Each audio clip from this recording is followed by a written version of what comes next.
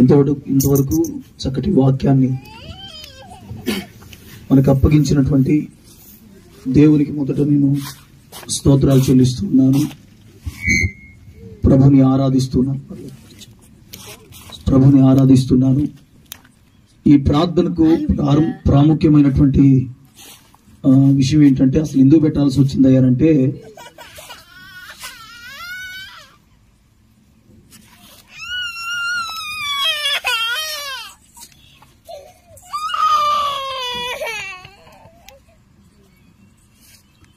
సంఘాల క్షేమం కొరకు, దేశ క్షేమం కొరకు ఉన్నటువంటి సంఘాలలో ఉపవాస ప్రార్థనలు ఆచరించాం. ఎవరో ఒకళ్ళు నడుం కట్టుకోకపోతే పరిచర్యలు దీవించబడవు అన్నటువంటి ఆలోచన చేత ప్రతి మంగళవారం అమ్మవారిపాలెం బ్రాంచి చర్చిలో, ప్రతి శుక్రవారం ఈ కనుపర్తి బ్రాంచి చర్చిలో ప్రార్థన చేసుకోవడానికి ప్రభు సహాయం చేశారు.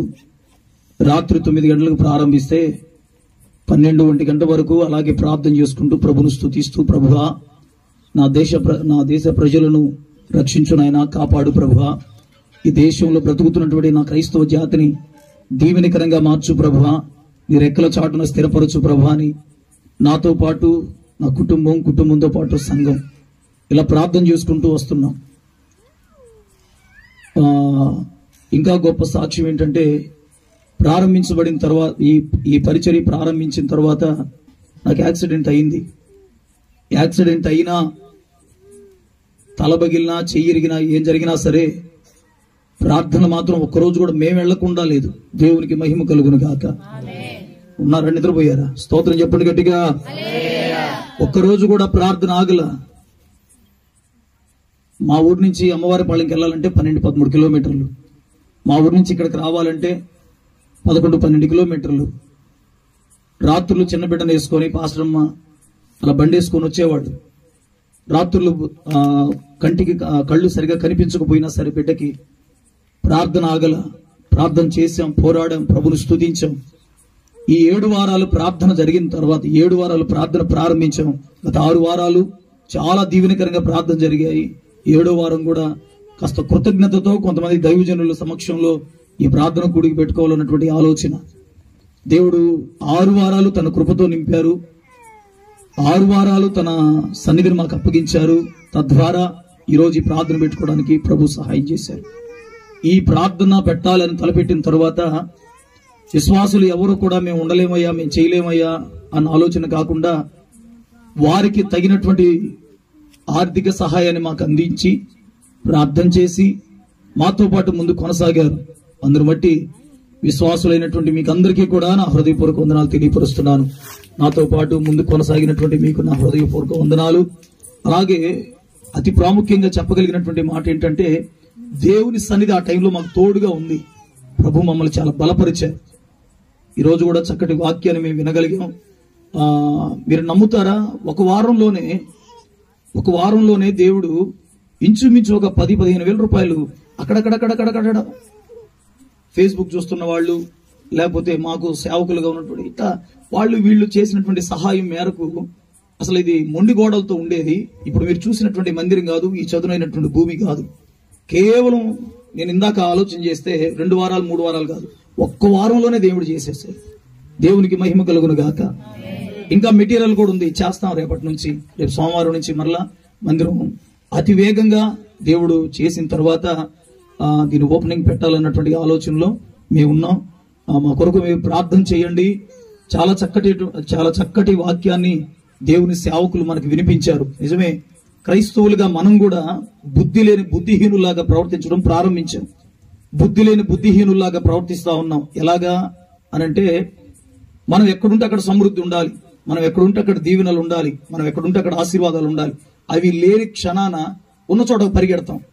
అరే, ఈ శ్రమల కొలిమిలో నుంచి, ఈ బాధలు, నిందల, అవమానాల్లో నుంచి ప్రభు మనకేదో పాఠం నేర్పించబోతున్నాడు, ప్రభు మనల్ని బలపరచబోతున్నాడు అన్నటువంటి ఆలోచన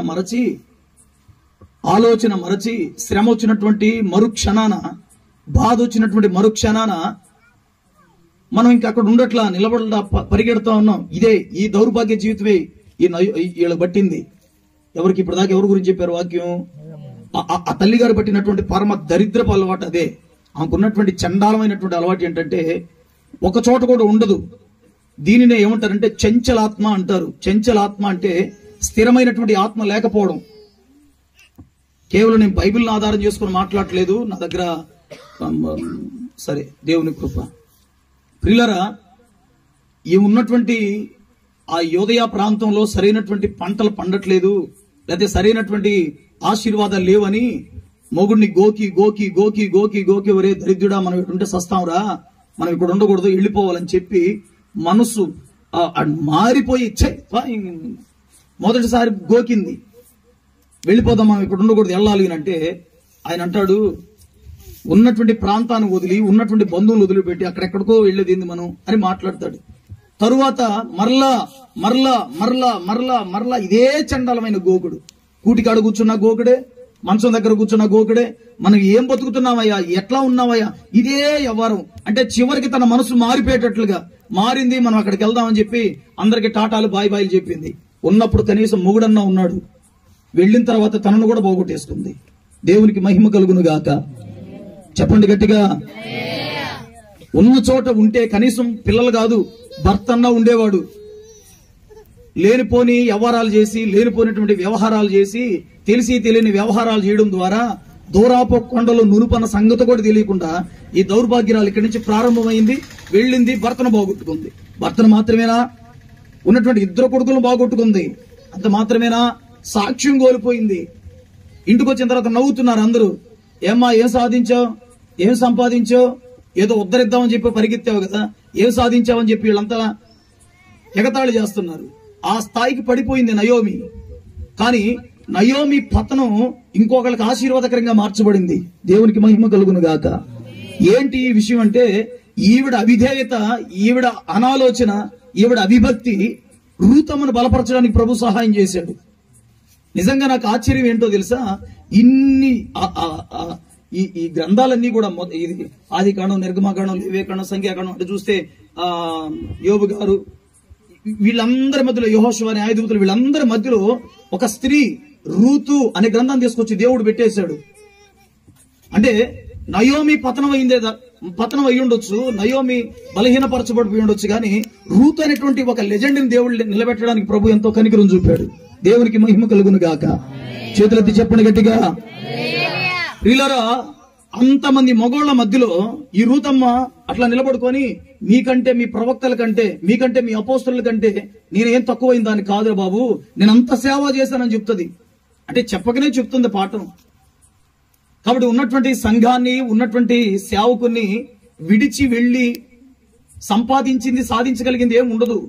ఒకవేళ వెళ్ళొచ్చు ఎప్పుడంటే ఆ సేవకుడు పరమ సొంత అయినప్పుడు. ఎందుకంటే అక్కడుంటే మనం బాగుపడేది లేదు కదా, మనం అక్కడుంటే ఆశీర్వదించబడేది లేదు కదా. ఎందుకంటే ఆయనకి పాటలు రావు, మనకు నేర్పించలేడు. ఆయన ప్రార్థన చేయలేడు, మనకు నేర్పించేది లేదు. ఆయనకు వాక్యం తెలియదు, మనం నేర్చుకునేది లేదు. ఆయన ఎదగడం, మనం ఎదిగేది లేదు. కాబట్టి అక్కడి నుంచి వెళ్ళిపోవడం మంచిదే. ఉన్నటువంటి చోటని, లేదా అలా వెళ్ళలేనటువంటి పక్షంలో ఏం చేయాలి, ప్రభువా మా సేవకుడిని బలపరచు, ఆశీర్వదించు, నూతనమైనటువంటి మనస్సును దయచి, నూతనమైనటువంటి ఆత్మను దయచి అని ప్రార్థన చేస్తే నష్టపోతాం అనే ఆలోచన పక్కన పెడితే గొప్ప దీవెనకరమైనటువంటి ప్రార్థనా పరులుగా మనం మార్చబడిపోతాం. ప్రియులరా, శ్రమలు వచ్చాయి, బాధలు వచ్చాయి అని చెప్పి ప్లేటు ఫిరాయించమాకండి. కారణం ఏంటంటే ఆ శ్రమల్లో నుంచి దేవుడు గొప్ప పాఠాన్ని నేర్పిస్తాడు. షడ్రక్ మేషక్ అబేద్నెగో గురించి ఎన్నిసార్లు వింటామో, ఏంటి ఆ అగ్ని గంధకాలు వేశారు, దేవుడు అక్కడి నుంచి తన సాక్ష్యాన్ని బయట తీసుకొచ్చాడని. అలాంటి శ్రమలు మన మీదకి వచ్చినప్పుడు మనం పారిపోతాం. ఎంతో చక్కటి వాక్యాన్ని దైవజనులు పౌలయ్య గారు మనకు వినిపించారు. వారికి నా నిండు వందనాలు తెలియపరుస్తున్నాను. అలాగే ఈ ప్రార్థనా కూడికి వచ్చినటువంటి ఆయా ప్రాంతాల నుంచి దేవుని సేవకులైనటువంటి మీకు అందరికీ కూడా పేరు పేరున నా హృదయపూర్వక వందనాలు తెలియపరుస్తున్నాను. జ్ఞానజయ్ పాస్టర్ గారికి, అలాగే అహరోనుకు, తమ్ముడు అహరోనుకు, జోసఫ్ గారికి, యాకోబు గారికి, శ్యామ్ గారికి, బ్రదర్ ఇస్రాయేలు వీరందరికీ కూడా నా హృదయపూర్వక వందనాలు తెలియపరుస్తున్నాను. మమ్మల్ని మర్చిపోయారన్నా అనమాకండి. మా తమ్ముడు యేసుబాబు, మా అన్న దానియేలు, మన గురించి వద్దులే, మనం వీళ్ళు చక్కగా వచ్చి మంచిగా ఆర్కెస్ట్రా తీసుకొచ్చారు. వారిని బట్టి నేను ప్రభుని స్తుతిస్తున్నాను. ఎందుకంటే నేను దీనికి ఒక పెద్ద పిచ్చోడిని. ఈ సంగీతం హృదయంలో పడకపోతే, ఒక ఆయన పిలిచాడు నన్ను, లూథరన్ పాస్టర్, ఒక చోట వాక్యం చెప్పడానికి బాపట్లో వెళితే చప్పట్లు లేవంట. మనం ఆ బాపతి కాదు, స్తోత్రాలు లేవంట, ఆ కులం మంద కాదు, అసలు డ్రమ్ము లేదంట, పిచ్చెక్కిపోద్దిగా. అప్పుడు ఏం చేశామంటే, సార్ వందనాలు సార్ అంటే వాళ్ళు తిరిగి వందనాలు కూడా చెప్పట్లా. దేవునికి మహిమ కలుగునుగా గలేలు అంటే వాళ్ళని చిత్రంగా చూస్తుంటారు. కొట్టే అదేందో పొడిచే దున్నపోతు చూసిద్దే అట్ట చూస్తున్నారు వాళ్ళు. బాబు, మేము పెరిగినటువంటి వాతావరణం వేరు, మేము మొలిచినటువంటి పంట వేరు, ఆ పొలం వేరు నాయన. ఆ మైకులు తీసుకోరండి అని చెప్పి నేను వదిలిపెడతానా? ఎందుకంటే నేను అతిథిని, సచ్చినట్టు నేను చెప్పినట్టు వినాలి వాళ్ళు. ఎందుకంటే పులిపేట మీద నేనే ఉంది వాక్యం చెప్పడానికి. ఎంతసేపు అని చెప్పన్న ట్యాగ్ కూడా ఇచ్చారు మరలా వాళ్ళు. ఇంకా అసలు వదిలిపెట్టాం. 2 మైకులు తెప్పించి ఇటు ఒక మైక్ పెట్టి నేను ఒక మైక్ పట్టుకొని పాట పాడా. చప్పట్లు కొట్టించా, సచ్చినట్టు నేను చెప్పినట్టు చేయాలి మీరన్నా. చేశారు, చప్పట్లు కొట్టారు, స్తోత్రాలు చెప్పారు, ఆరాధించారు. ఆ రోజు నిజంగా పరిశుద్ధాత్మ ఆరాధన చేశాను నేను. ఎందుకంటే చెయ్యొద్దు అన్నారు, అందుకే చేశాను. కాబట్టి ఇది లేకపోతే పిచ్చెక్కిపోద్ది. నిజంగా సహాయం చేశారా? వృద్ధులైనటువంటి మీకు నా వందనాలు. ఆ తర్వాత వచ్చినటువంటి సంఘ విశ్వాసులైనటువంటి మీకు అందరికీ కూడా నా హృదయపూర్వక వందనాలు. మరి ప్రాముఖ్యంగా చెప్పాలంటే పిల్లలు రూబేనన్న గాని, పిల్లలంటే ఆయన చిన్న పిల్లడే కాదు, ఆయనకు ఒక 40 ఏళ్ళు ఉంటాయి. కాబట్టి అట్టంటే కొంచెం మురిసిపోతాడని అన్నాను తప్ప అందరూ ముసలోడా అంటున్నారంట. రూబేనన్న గారికి, అలాగే నిజంగానే ముసలాయన అయినటువంటి దానియేలు అనే పిల్లోడు ఉన్నాడు, ఆయనకి నా నిండు వందనాలు. ఎందుకంటే అహర్నిశలో శ్రమిస్తున్నారు. అంత మాత్రమే కాదు, ఎక్కడి నుంచో దూర దేశాల నుంచి, విదేశాల నుంచి వచ్చారు. అశ్విని, అలాగే ప్రియా, అలాగే ఉండవమ్మ వస్తుంది ఒక నిమిషం, కుమారి తల్లి గారు, ఆ తర్వాత అంతా కూడా వచ్చారు, ప్రభుని స్తుతించారు. నా స్నేహితుడు, మీ ఇద్దరం కలిసి చదువుకున్నాం. రాజశేఖర్ తన ఫ్యామిలీతో రావడానికి ప్రభు సహాయం చేశారు. వాండుపర్తి నుంచి సంఘం రావడానికి ప్రభు చూపించారు. అలాగే మా బిడ్డ లాజర్ రావడానికి ప్రభు సహాయం చేశారు. ఇలా అనేక చోట్ల నుంచి వచ్చిన వాళ్ళందరూ కూడా మన విశ్వాసులే. వారందరికీ కూడా నా వందనాలు తెలియపరుస్తున్నాను. మీకు అందరికీ కూడా చక్కటి భోజనం ఏర్పాటు చేయబడింది. నేను అది పనిగా సాంబార్ ఎక్కువ తింటాను కాబట్టి ముక్కలు ఎక్కువ చేసి సాంబార్ చేపించాను. అందరూ తృప్తిగా భోంచేయండి. ప్రభు మిమ్మల్ని దీవించును గాక. అందరూ అలాగే లేచి నిలబడితే ఒక చిన్న ప్రార్థన చేసుకుని ప్రార్థన కూడికను మనం ముగించుకుందాం.